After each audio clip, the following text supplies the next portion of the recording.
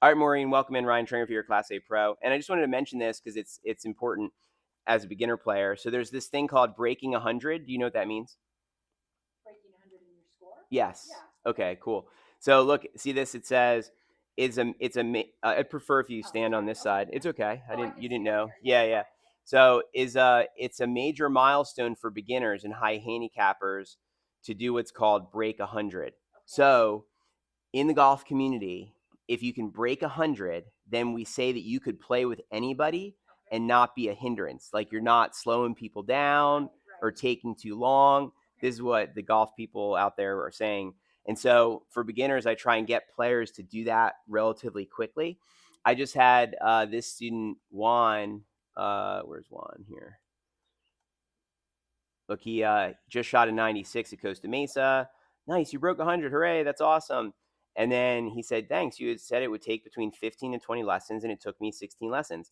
So it's generally it's like a 3 to 4 month goal, Okay. roughly. Yeah. If you stay with regular practice and training, you Okay. should be able to do it pretty quickly.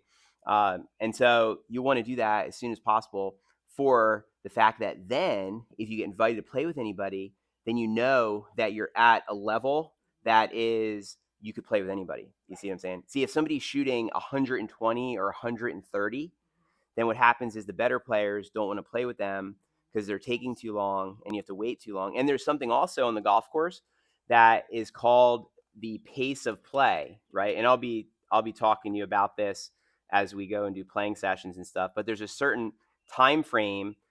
Look at this. It says slow play. It is the duty of every golfer to keep up with the game in front and not just ahead of the game behind. Okay. And so you're supposed to be maintaining a certain pace of play. And there's actually rangers on the golf course that will actually, this guy, he looks nice now, but if you're going slow, Yeah. right, then he's not going to be nice. And so basically he'll be like, hey, there's people waiting behind you and the hole in front of you is open. You were supposed to be up behind them and Right. you're too slow right now. Right. And so for many beginners, the first game, it feels like stressful a little bit Yep. at first because you're like, oh man, it feels like it's going so quick.